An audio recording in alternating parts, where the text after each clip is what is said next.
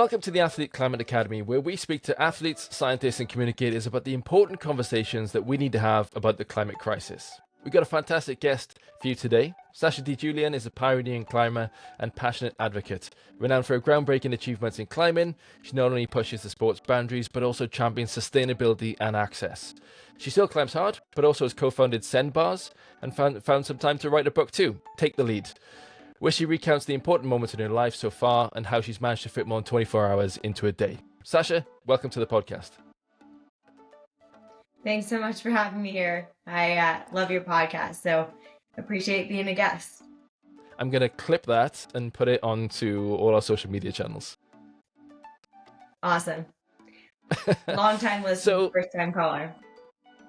And we're proud of that as well. So I imagine that most people listening to this, who we normally get a lot of amateur athletes, professional athletes, people who just love the outdoors, people would have come across you at some point. You've been climbing a long time and done a lot of first ascents and just pushed what it is to be a climber. But tell us a bit about your background. What I'm really saying is, can you recount, just give us a little TLDR about the book? Because it's all written in here, but give us it in a shorter space of time. Yeah, totally. I have been climbing for now 25 years. I started climbing when I was 6 years old, and it's at the time was a very non-traditional way to get started climbing, and now I think it's actually very less atypical. But I started climbing at a gym. My brother had a birthday party at a climbing gym, and in the book, I go through kind of, the starting out phases of going to my first competitions and how that really spurred interest in climbing outside and what it meant to be coming from a city and essentially feeling, in many ways, like an outsider to this sport, but learning as I grew up and grew within who I am today and also who I became through these different experiences and how they shaped me. So I can't believe that it's been over 2 decades, which I feel like ages me at this point. Not at all. If it's any consolation, I think I've been climbing 25 years too, but I was going to say much later, but I started climbing when I was 15. And it's funny that working in a few climbing centers, the people, I've always run people other climbers who are like, oh, bloody birthday parties, they're so noisy and, getting in our way all the time. But they're like the heart of a lot of how people get climbing. I love the birthday parties. They are noisy, but they're full of joy and they get people into climbing. I know. Ironically, they do. And I feel like more and more climbing gyms are opening around the world and providing these bridges to welcome new people to the sport that, like me, may have come from families that had no idea that climbing was something to do, more or less. I grew up figure skating and doing ballet. I was skiing at 2, and my brother was like very big into ice hockey and played more of the traditional sports. So that was kind of the lens at which my parents thought that I would follow suit in. And I took a pretty harsh 180 from that. And then went on to graduating creative writing, hence the book. Yeah, I studied nonfiction, creative writing, and business management at Columbia. So writing the book was definitely a 3-year ongoing project of mine, a large portion of which I wrote during COVID, which also happened to coincide with when I had double hip reconstruction surgery. So I didn't climb for over 6 months. I was pretty much flattened, like literally. I had my hips broken apart into 4 different pieces and on both sides, then sewn back together with all the connective tissue repaired. Femur head was shaved down and reshaped. So I had a lot of time to find my purpose and to find an outlet in my life to really reflect on and that was really why I chose to write my book now, was I felt like I was at this big inflection point of my career where I've gone through a lot of I've gone through a lot of transitions over the last couple of years, and um, you know, a common question that I have been asked is like, you're 31 and you're writing a memoir, and I have categorized it as a coming of age memoir because obviously there's a lot of my life that I hope to still live and continue to learn from and grow from. But I do have a lot of experiences that have shaped me to this point that I felt could be helpful for other people to enjoy. Yeah, I suppose if you go the first 30 years, if you waited till you were 80 to write it, the book would be 3 times, 4 times as thick. I'd have a lot more editing to do. Yeah, that's true. And you talk in the book about growing up and that route into climbing, and there's some great pictures in there as well. I always try and get to the pictures when I read books. That's my level of reading. And it's given you a lot. Was that one of the reasons why you always push for more sustained access for the climbing community? Because it's given you so much? Yeah, I guess I had my first brush with learning more about advocacy with terms of climbing and sustainability in, I want to say 2016, when I went to Capitol Hill to lobby for the first time. And I didn't really know what lobbying meant. I just graduated from college and had these like immense amount of privileges that climbing had brought me, and also had these experiences in the outdoors. So through climbing, I'd really kindled this really special relationship with caring about the planet, but not really knowing how to necessarily use my voice to push legislation or to like really bring it to politics. And it was a really empowering experience. I went, believe that Tommy Caldwell was there and Alex Honnold, and actually Lynn Hill may have been there that year as well. And we essentially went to different meetings with congressmen or their representatives and senators and their representatives and talked about pressing issues. And at that time, 2016, obviously it was the year that President Trump was elected. And so protecting public lands and Bears Ears National Park was a big part of the conversation. But I found it a very moving experience because you can talk about sustainability, and I think that everyone should on their own social platforms and using their voice, but to be meeting with decision makers and actually being able to level up the audience and the spread of which you are talking about legislation to the people that actually make the decisions, really clicked for me as something that I was comfortable with doing. I grew up in the Washington, D.C. area, and um, a lot of government officials, like senators and the governor of Virginia at the time, was a good family friend. And so these politicians that I knew were like the dad, or I wish I could say mom, but really dads of my friends at school who I would see on a day to day basis. So going and meeting with them was like, oh, I'm meeting with so and so's parent. And so I think that the main thing that I learned from lobbying is like these politicians are humans and they're citizen appointed. And so if we want to tell them what we need for our climate, they're in positions that are elected by us and they should be and are willing to listen.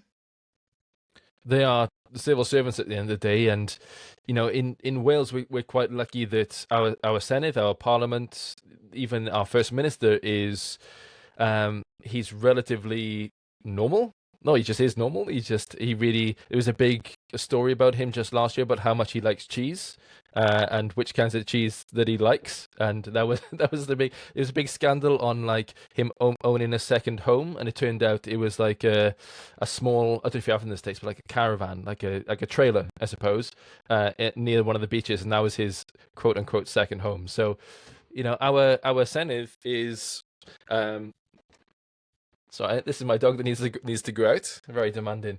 Our Senedd is really nice like that because they're all accessible. They're all, people that you can talk to, and I feel like with a lot of governments at the moment, they're just trying to get more and more out of the reach of people, and I think that's when it starts to get dangerous. Whether that's the UK government, United States, when they start not thinking that they are civil servants anymore, then that's when it starts to get dangerous. So I think people think that, lobbying and that, especially when it's for things like access, might not go hand in hand with sustainability, but, protecting our land. In the UK, we have something called common land, which we and the right to roam. We're very protective of our right to access the land. I know it's the same in the States. That goes hand in hand with sustainability, right? Because it is the land that we need to protect. Absolutely. I think that um, talking about policy that protects wilderness spaces is a bipartisan issue. And frankly, I think that climate change policy is a bipartisan issue. And the numbers around the outdoor recreation economy themselves speak the language of the government, because government officials, what I have experienced, are really intrigued by what makes money and what creates jobs. And the new numbers on the outdoor recreation economy scored in at $1.1 trillion. So that's 2.2% of our GDP in the US. It's a really large number. And it shouldn't be just those numbers that make politicians listen.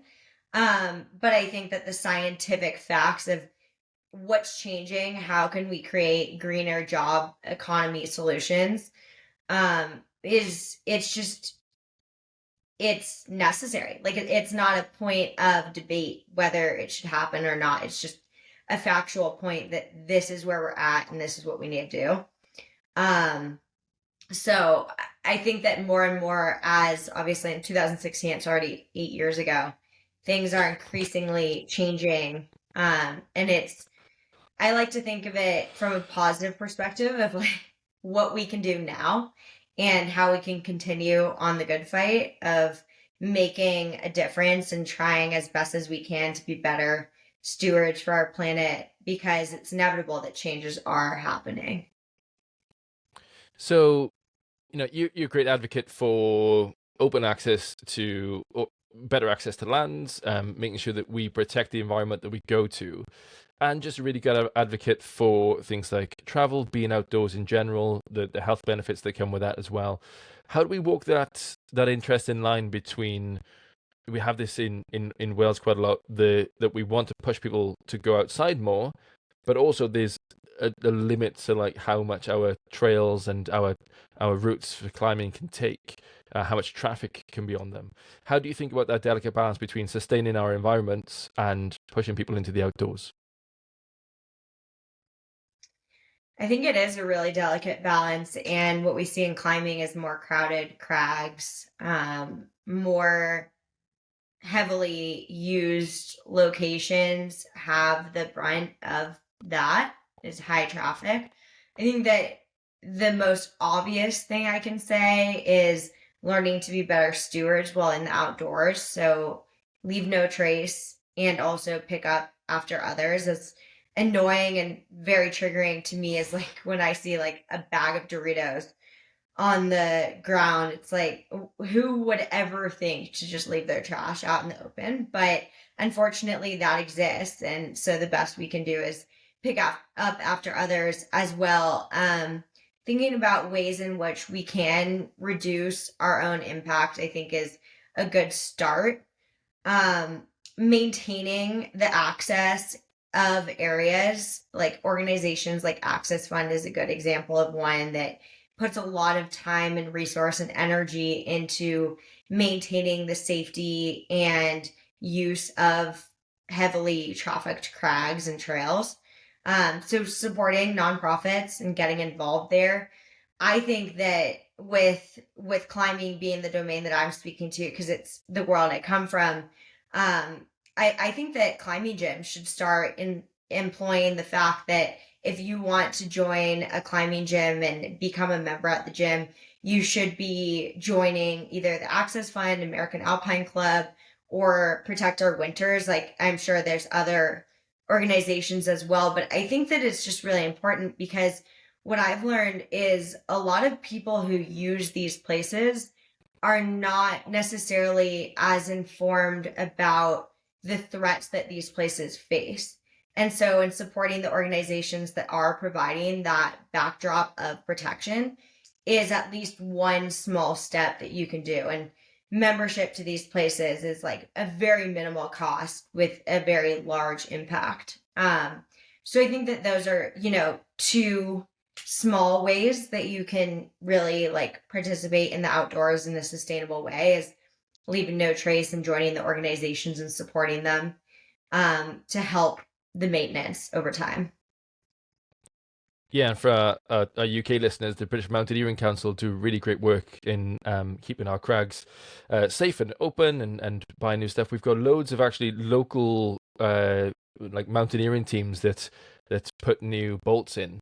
Around here, you're only really allowed to put bolts into anything that's man-made, so you can't really put bolts into natural crags, only into quarries and things. Luckily, we're very industrialized and we have a lot of great quarries, but also Trash Free Trails, another wonderful organization here. So, and I think one of the things I would always say is, if you're thinking, how do I get into doing more of this kind of stuff, whether it's the trash free trails kind of stuff for picking things up going on. I think plogging is a thing now. Is it plogging? It's like litter picking, jogging kind of thing. I think Killian Yeah. does it quite a lot. And We then use go nature to points. clean up the cracks. Oh yeah. Like if It's you're out with your friends, you're like, oh, one nature point, I got like a piece of trash, yeah. like two nature points. Yeah. I imagine you got a lot of them then.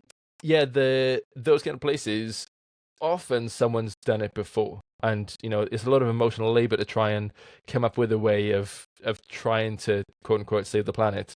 And normally there's someone you can join who's done the hard work for you. You can give a bit of money, you can join on a Sunday, or you can do something that's just to support those people. And Protect Our Winters, as you mentioned, is a great version of that. You're part of the Athlete Alliance for them, have been for a long time. um in the role of climbing and talking about climate change, what steps do you think that the climbing community can take to minimize this impact, I suppose, but also to start talking more about the environment? I've always found that they're pretty good at that in general, but are there more steps we could be taking? Yeah, I think that it's an ongoing conversation right now. I was just in Washington, D.C., testifying in front of Congress on behalf of the Explore Act, which provides a lot of really great legislation. A part of it is the Protect America's Climbing Act, which is kind of there in a bill. There's a lot of different components to it that are all squashed together and then presented to Congress and then moved through the House, ideally. Um, and I think that legislation from the top down, from both government and from corporations, is really important. We should all do our individual job of trying to be as sustainable as we can. And obviously, highlighting the elephant in the room is that climbers like myself do travel, but commercial travel, if you look at the amount of emissions that a commercial flight actually impacts, yes, it is an impact, but ways in which you can also compare it to the vast amount of emissions that, say, a corporation is taking in their manufacturing and in what sort of legislation is being put forward to protect the climate around on the government side. And so I think that there's always a checks and balance, and it is an elephant in the room because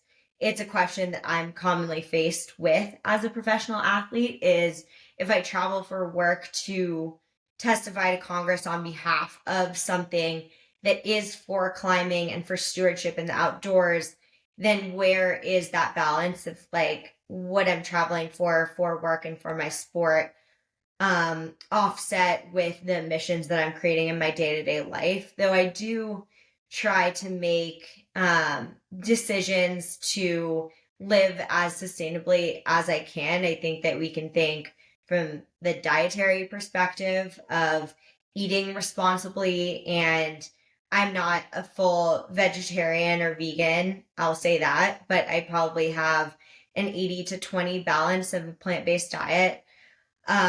Knowing when I eat protein that comes from animal sources, how I'm sourcing it and where it's coming from.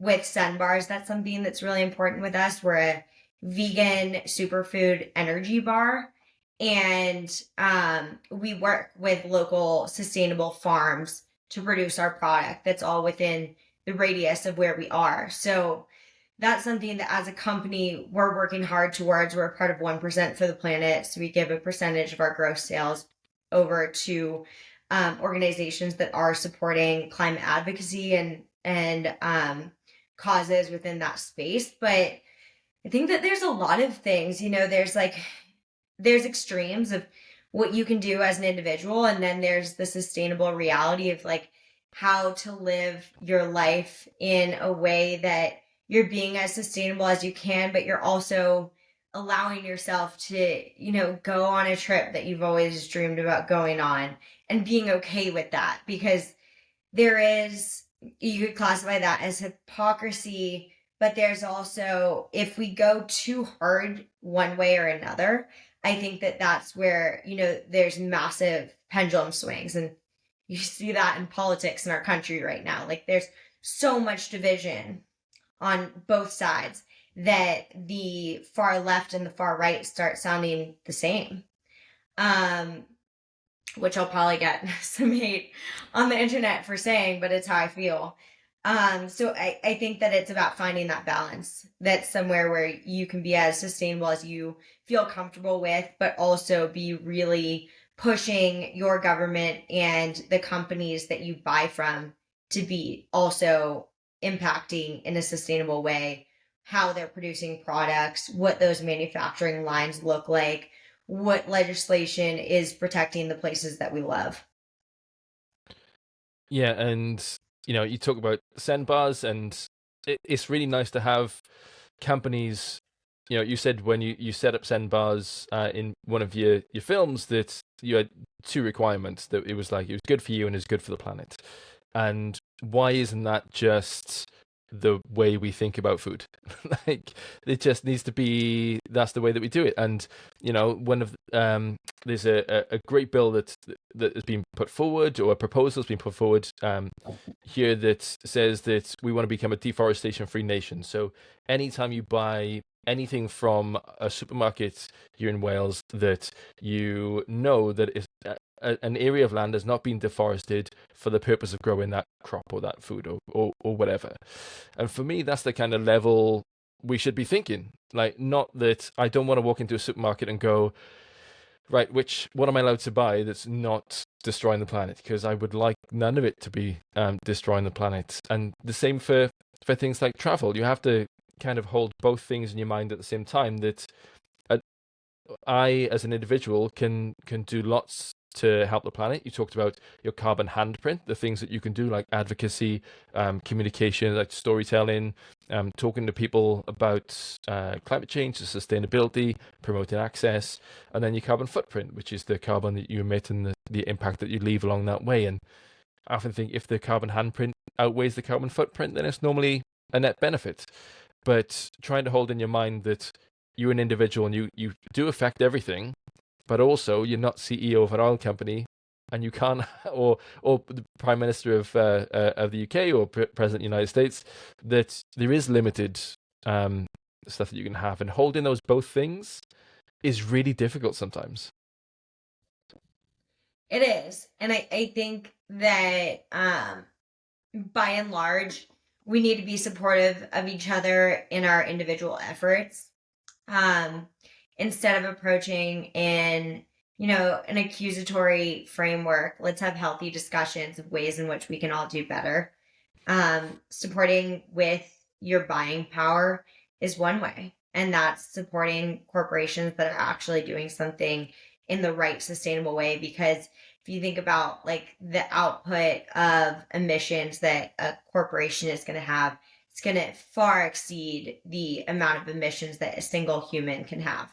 And so collectively, I think that we can all make a very big difference. And also, using our voices and standing up for the legislation that we want to see as rule. But hopefully, as we move, more and more into a greener economy, more companies are seeing this as a necessity, and there are more options out there. Something that I'd love to see in the US is often, in order to support things that are more sustainable, it comes at a higher price. And that I think is an issue right now. It's like sustainable clothing is more expensive than fast fashion. And, organic, well sourced ingredients are more expensive than packaged, highly processed food. And so that I think is an issue that we're facing. Even the USDA, like there is such minimal regulation that I've learned through having a food brand of the FDA regulation. Like, it is wild to me because as a company, we have standards that we want to see and support, but a lot of companies don't have those standards because they're driven by their bottom line. And it can create a highly competitive marketplace when you are spending a lot more on the ingredients that you're putting into the product, which then drives up the overall price of the product because you're not trying to eat away at the margins of duping your customer. But at the same time, high quality food comes at a cost. So I would love to see a world in which being a more sustainable customer comes at a cost that's actually less cost prohibitive to people as well. Well, we did a report. I on one of the team for RAB Outdoor, and one of the polls that they did with their customers quite recently was like, of all the things you look for in outdoor gear, what is it that you're looking for? And I think number one might have been, is either technical or cost, and or vice versa. And like 1 and 2 were how technical the gear is and how well it performs and what the cost was or the value. And number 3 was always sustainability. So if you have if you're selling an outdoor jacket, then as long as it works in the environment you need it to, and it's good value for money, the next thing we should be thinking about is sustainability. I'd argue for a lot of companies that the sustainability should maybe be a bit higher up.